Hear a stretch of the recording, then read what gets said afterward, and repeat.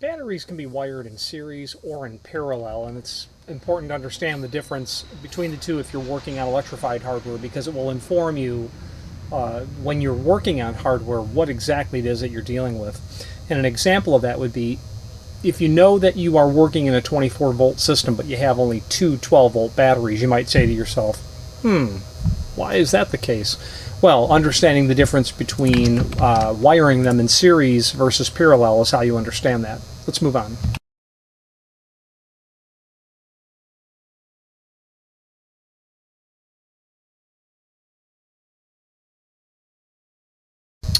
So I have here two AAA batteries, AA, 9 volt, whatever it is. Batteries will have two terminals, and using typical AAA batteries that you'd pull out of a TV remote is a great example of discussing battery backup for electrified hardware.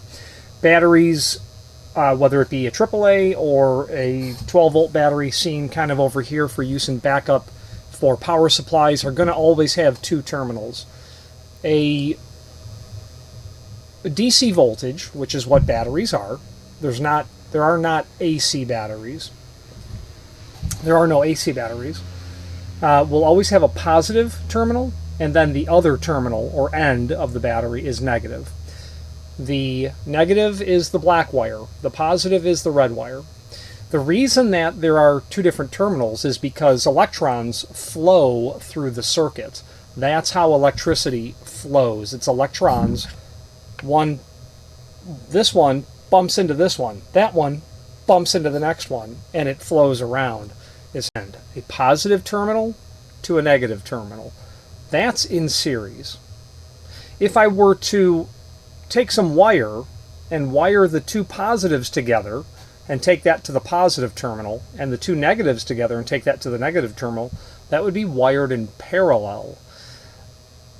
Always remember, the way I remember it is, I know my TV remote. The batteries are like this, they're in series, because you've got two different terminals touching each other, the positive and the negative. So I know that's in series.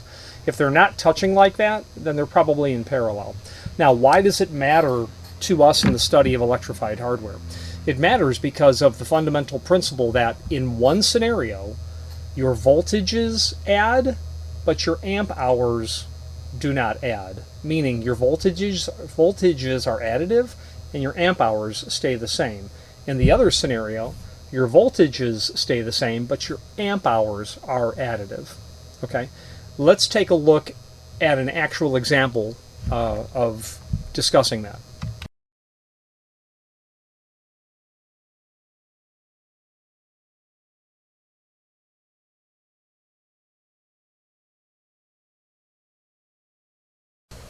Okay, so what we're looking at here is a couple of batteries. These are just two 12 volt batteries, and they're rated for 1.3 amp hour each. Okay, so that's important to understand, or at least to acknowledge. So let's just put the voltmeter on our batteries and pull those caps off, and let's just check the voltage. Hold. Right, so red is positive, black is negative. We can see that we're getting 12.1 volts. Yeah, great. So this battery is in really good shape. You know what? Let's start with something very basic. Red is positive, black is negative. So this battery, AAA and AA batteries are 1.5 volts. And you can see that I'm getting 1.5 volts. So this is a brand new, fresh battery. So very typical. If you don't own a multimeter, it's at least good to have one just to check your batteries at home before you throw them out. So, and we've got two of these batteries. Now, cars are 12 volt systems.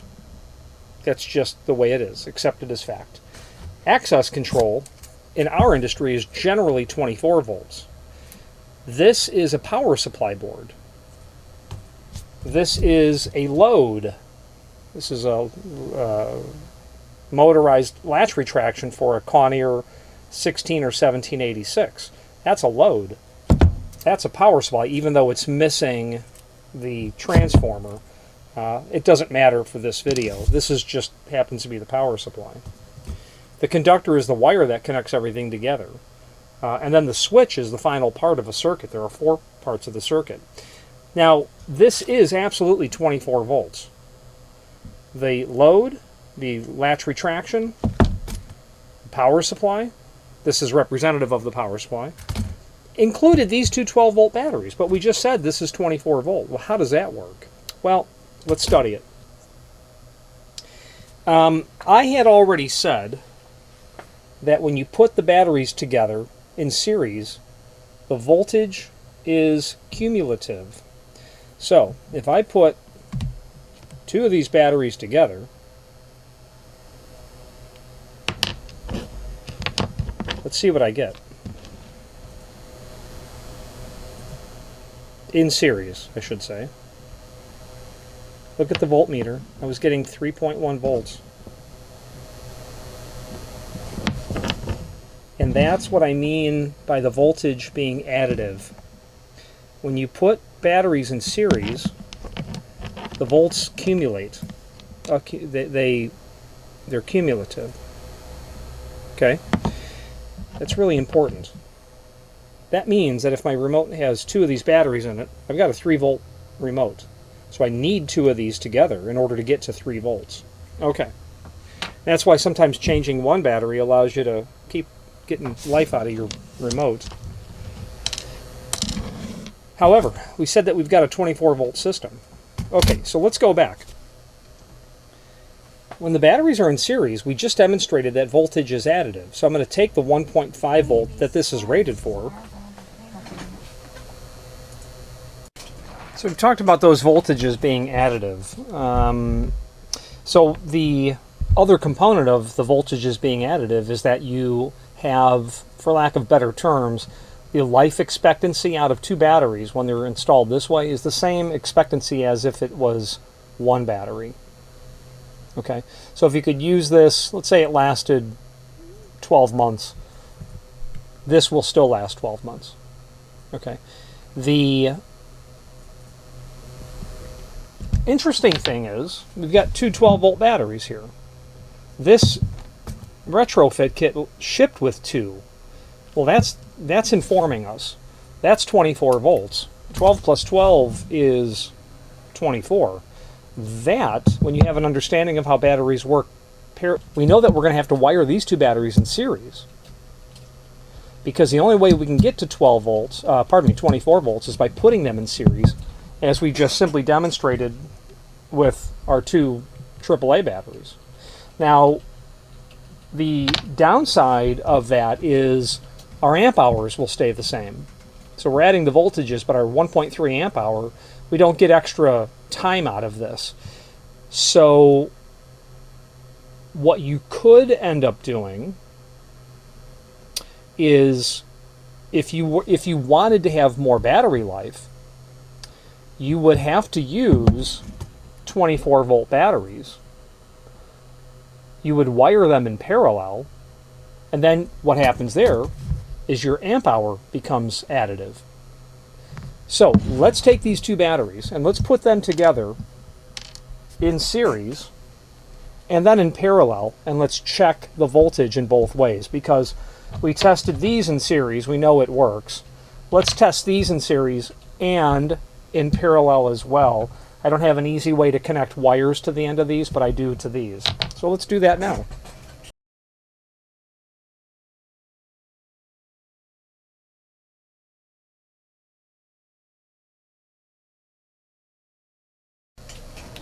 So what's fun about knowing the difference between series and parallel, we know that we've got 24 volts. That means the only way that these batteries would be connected together would be in series, because that's the only way you could get 24 volts out of 2 12-volt batteries. What happens here is this goes back to the board. Okay. Then we know that we have to connect one of these leads to positive. We know that we have to connect one of these leads to negative. And I didn't put it on this negative because if I did, I wouldn't have anywhere to use the second battery.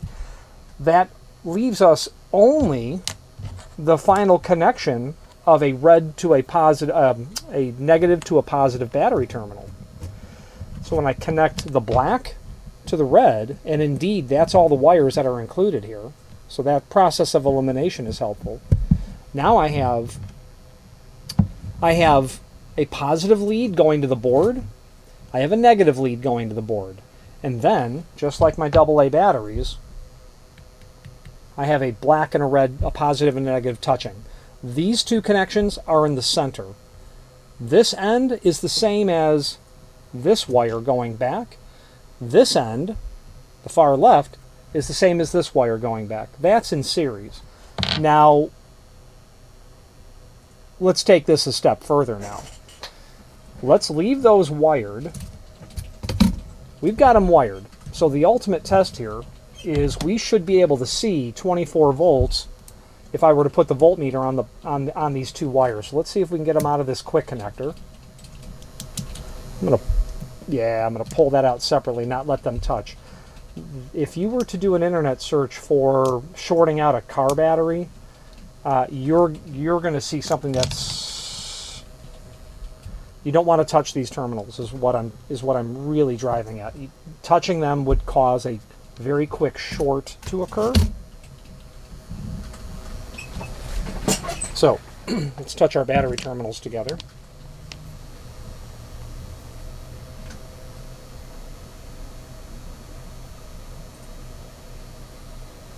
We'll make sure you can see the voltmeter.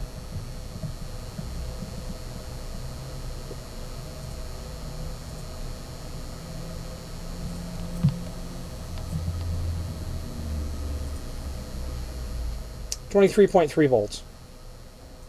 They're wired in series. We've taken two 12-volt batteries and we basically doubled them.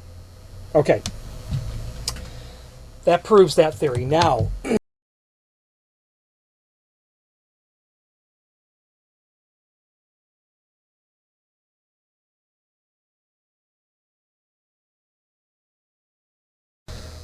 so for me, seeing is believing. Seeing is reinforcing the learning process. Seeing and testing is how you know whether or not something works. It's like playing with electric trains as a child.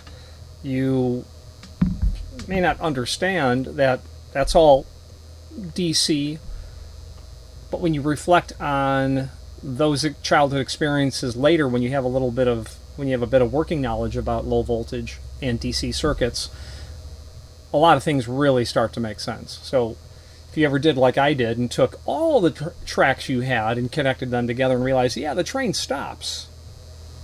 The train stops. There's impedance all along the way. The transformer is only capable of producing so much amperage, and you've got a lot of resistance in those tracks. It's like powering an electric strike, but your power supply is 1,000 feet away, and you've got 18 gauge wire. That's exactly the same scenario. The most important thing, and without it, you're not going to get very far, is a multimeter. This was free. I think you could buy these for... Okay, that's the discussion on series versus parallel batteries. And if there's any questions, please feel free to reach out to us. Thank you.